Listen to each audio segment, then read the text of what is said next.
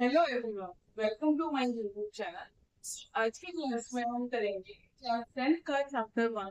तो क्लास 10 का चैप्टर का नाम है real number.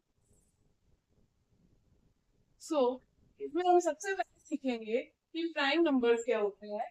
Prime numbers, prime So prime numbers are those numbers which are divisible by 1 and set.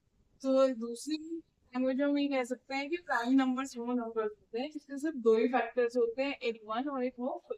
For example, we have 2, 3, 5। All these are prime numbers.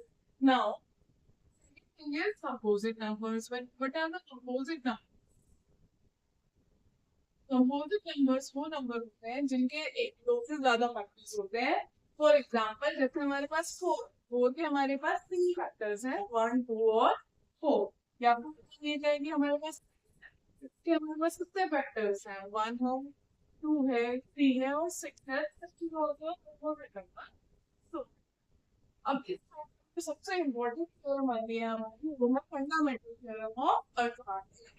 तो fundamental theorem of अर्थमैटिक्स क्या कहती है? Fundamental theorem of अर्थमैटिक्स।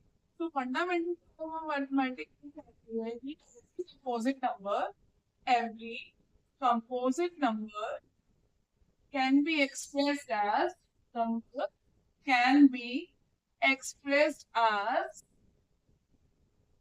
product of primes, product of primes, and prime factorization is unique, and prime factorization is unique to order of the factors is unique up to order of factors।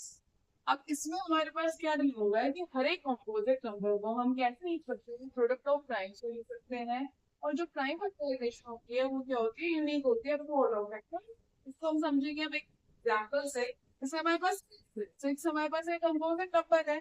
Six को आप कैसे लिख सकते हैं, two into three. To एक prime number है और three भी एक प्राइम नंबर है। अब यहाँ पे क्या लिखा हुआ है कि नंबर को हम कैसे एक्सप्रेस कर सकते हैं, प्रोडक्ट ऑफ प्राइम। ये प्रोडक्ट ऑफ प्राइम एक्सप्रेस हो गया। अब जो नेक्स्ट लिखा हुआ है वो एक लिखा हुआ है कि प्राइम फैक्टराइजेशन इज यूनिक। तो प्राइम फैक्टराइजेशन क्या होना चाहिए, यूनिक होना चाहिए। तो फिर हम दो ही प्राइम फैक्टर मल्टीपल में लिखते हैं, टू और थ्री। और कोई भी ऐसे मल्टीपल नहीं होते जो कि हम सिक्स को टू इंटू थ्री ही लिख सकते हैं और नहीं लिख सकते, और ज्यादा भी लिख सकते हैं, थ्री इंटू टू। बट आप क्या देखेंगे, इसमें भी प्राइम नंबर का जो फैक्टर्स है वो सेम है, इसमें भी सेम है। हम क्या चेंज कर सकते हैं, ऑर्डर चेंज कर सकते हैं फैक्टर्स का। इससे हमें क्या पता चलता है, जो भी फैक्टराइजेशन होगी वो यूनिक होगी, पर हम ऑर्डर आगे पीछे कर सकते हैं। एक एग्जाम्पल और देखते हैं, जैसे हमारे पास मान लीजिए 12। 12 को आप क्या करते हैं, टू इंटू थ्री। और जैसे इसको हम और ऐसे आप कैसे लिख सकते हैं। सो इसमें हम मॉडल को आगे भी कर सकते हैं, पर जो यहाँ पे फैक्टर्स हैं वो क्या रहेंगे, हमारे सेम रहेंगे। वो आज की क्लास में हमने क्या क्या सीखा, आज की क्लास में सीखा हमने प्राइम नंबर के बारे में, आज की क्लास में सीखा हमने कंपोजिट नंबर के बारे में, और आज की क्लास में हमने सीखा फंडामेंटल थ्योरम ऑफ अरिथमेटिक के बारे में। और नेक्स्ट क्लास में हम सीखेंगे कि हम एलसीएम और एचसीएफ कैसे निकाल सकते हैं using the prime factorization method. Thank you. Please subscribe and like my channel.